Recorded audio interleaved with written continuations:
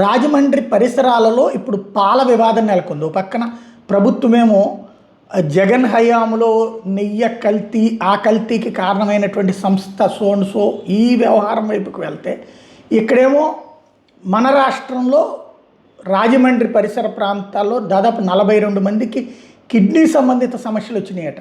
వాళ్ళందరి అనుమానం ఏంటంటే వాళ్ళకి పాలు సప్లై చేస్తున్నటువంటిది కల్తీ అని. రీసెంట్గా మనకి ఈ గోదావరి జిల్లాలో వచ్చినాయి కదా, ఎరువు ఇట్లాంటివి వేసి తయారు చేసేటటువంటి పాలు, అలాంటి వాటి వలన వచ్చినటువంటి పరిస్థితి.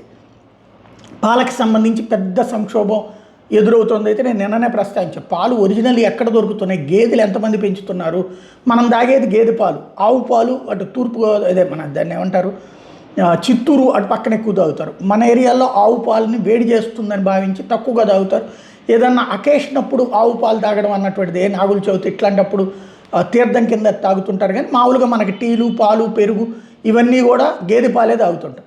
ఆ గేదెలు పెంచేవాళ్ళు తక్కువైపోయినటువంటి సిచ్యువేషన్. పాలేమో మనం టీ రోజుకి 5 సార్లు తాగేవాళ్ళు ఉన్నారు, 10 సార్లు తాగేవాళ్ళు ఉన్నారు. రోడ్డు పక్కన టెస్టాల దగ్గర చూస్తే రోజుకి 1000 నుంచి 2000 చిన్న టెస్టాల్లోనే కనబడతాయి ఆ బుడబుడ యూజ్ అండ్ త్రో కప్పులు. అదే పెద్ద టెస్టాలకు వస్తే 5000, 6000. మరి అక్కడ తాగుతున్నారు, ఇంటి దగ్గరికి వెళ్ళి తాగుతున్నారు. ఇప్పుడు పార్సెల్స్ ఇళ్ళకి కూడా తెప్పించుకుంటున్నారు. అంటే అంత పాల అవసరం ఉంది. దాంతోపాటు పాలను తోడేసుకుని పెరుగు, అన్ని గేదెలు ఉన్నాయి అంటే లేవు.